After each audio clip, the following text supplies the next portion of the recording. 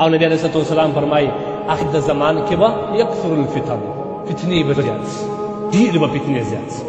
ویکثر الحرج، حرج به زیات شي. قیل یا رسول الله ما الحرج؟ حرج څه شی دی د الله رسول؟ د الله رسول صلی الله علیه وسلم په جواب کې ورته وایي القتل القتل القتل، قتل به عام شي، وینه بهیدل به عام شي. په دا وخت کې د الله جل جلاله ناراضګي به عام شروع شي او الله جل جلاله سپېڅلی مخلوق به په شهادت باندې رسېږي، د خلکو به باک هم نه ورباندې کېږي. دا زمانه پر موږ راغلې ده که نه؟ د خدای لپاره، د الله دپاره د دې خپل دین قدر وکړئ. دین کډه کوي، کوچ کوي، دین کوچ کوي. دا تاریخ موږ ته ثابت کړی ده. کم چا الله وایي زه د خپل دین حفاظت پخپله کوم، دا زما احسان دی، کله په تا کوم، کله په بل کوم، کله په بل کوم. چا چې د دین ته په کم نظر کتلی دي، بخارا او سمرقند زموږ عیني شاهد دی، تاشکند زموږ عیني شاهد دی. هغه بخارا امام بخاري رحمه الله شخصیت د الله د کتاب را لاندې د ټولو افضل کتاب امام بخاري رحمه الله، بخاري رحمه الله کتاب دغه بخاري ده.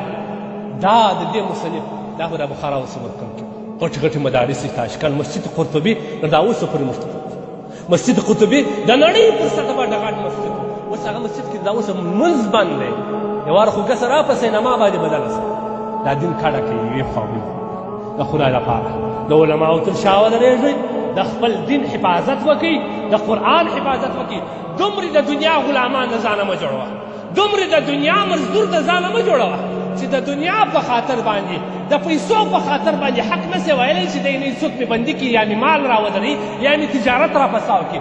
خلکو غاړې پرې کړلې، خلکو اولادونه قربان کړله، خلکو منډې قربان کړلې، خلکو نوي غونډې جوړې کړې د الله د دین دپاره. ته 500 روپۍ نسې قربانولی. دا شخصي مفادات پرېږدئ، یوازې د دین دفاع وکړئ، یوازې د دین دفاع وکړئ. ای افغانانو، د الله په غټ امتحان کې موږ راغلي یو، په غټ امتحان کې راغلي یو.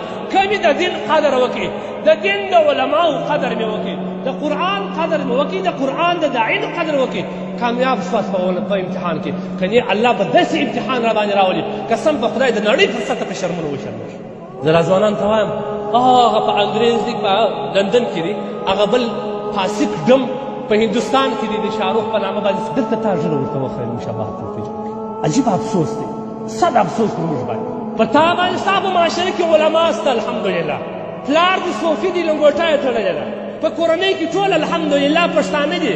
ستا په پښتنو کې الحمدلله شیخان تېر سوي دي. ته د میرویس نیکه، احمدشاه ابدالي، دا دې غټ غټو پیروي یې، د هغه بچی یې، د هغه سرپرمسیانو کې راځې.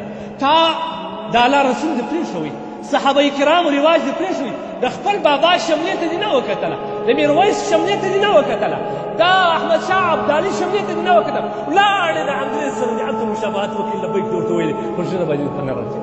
های اسفه افسوس پر موږ باندې، څومره غولېدلې یو، څومره غولېدلې یو، څومره غولېدلې. او بیا د قیامت په ورځ دا وایي چې د الله رسول زما شفاعت وکړه. په څه شی وکړم؟ تا خالد دومرې قرباني وکړه چې زما په شکل کې دې ځان شکل جوړ کړی.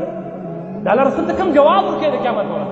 د الله رسول یوه پوښتنه درته کوي، یوازې دې دومرې وکړله چې زما په شکل دې شکل جوړ کړی وای، څه جواب ورکوي؟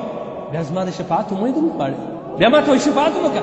هغه نبي چې د قیامت په ورځ به ټول انبیا دا خواهش کوي چې کیدای شي محمد به زما شفاعت وکړي، لیکن هغه محمد به څه لارې وایي؟ امتی امتی، ای لا زما امت را بچاو که، زما امت را بچاو که. امت یې دومرې بدبخته دي چې د خپل نبي پر سنتو باندې شرمېږي. زړه مې ډېر څه وایي د خدای لپاره د نجات لار ده. قیامت را نږدې دی. 150 علامې ما په خپله په رېډیو کې زما خپرونه شته په دې باندې 150 علامې مې بیان کړي دي. په 150 کې 152 ښکاره شوي ما په خپله بیان کړي د حدیث تر سند لاندې 152 علامې ښکاره شوي. اوس نو ته حساب وکړه قیامت لرې بولې نږدې دی. د فتنو دور دی. د خپل ایمانو حفاظت وکړي، د ځان حفاظت وکړي، د قرآن حفاظت وکړي، د دې علماو ته بچان وقف کړي، دا بچانو باندې کلمه یې زده کړي. قسم په خدای داسې دور راسي ستا بچی به ستا په لمسیانو کې به راځي کلمه به نه یې زده. داسې دور راځي. دې علماو ته بچان وقف کړي، دې مدارسو ته بچان وقف کړي، دې ته قرآن ور زده کړي، دې ته امام ولیفه نوم ور زده کړه، دې ته محمد نوم ور زده کړه، دې ته لا اله ور زده کړه، دې ته د قرآن آیات ور زده کړه، په دې فخر وکړه. په ګانو باندې فخر مه کوه، په فلمو باندې فخر مه کوه. دا د فخر ځای دی. دې ته د خپل ځان ستړی کړه، لاسونه وینې کړه، لاسونه تڼاکې کړه، خوله دې وبویوه، خپل بچی دې د الله دین ته وفق. د قیامت په ورځ به ستا لاس دا شاهدي ادا کوي چې ستا د دین سره مې محبت و. ستا وینه به شاهدي ادا کوي، ستا د خولو ککړ بدن به شاهدي ادا کوي چې الله ستا د دین سره مې محبت و، هر څه مې کوله، خو نن ای الله ما وبخښه، الله به دې ضرور بخښي.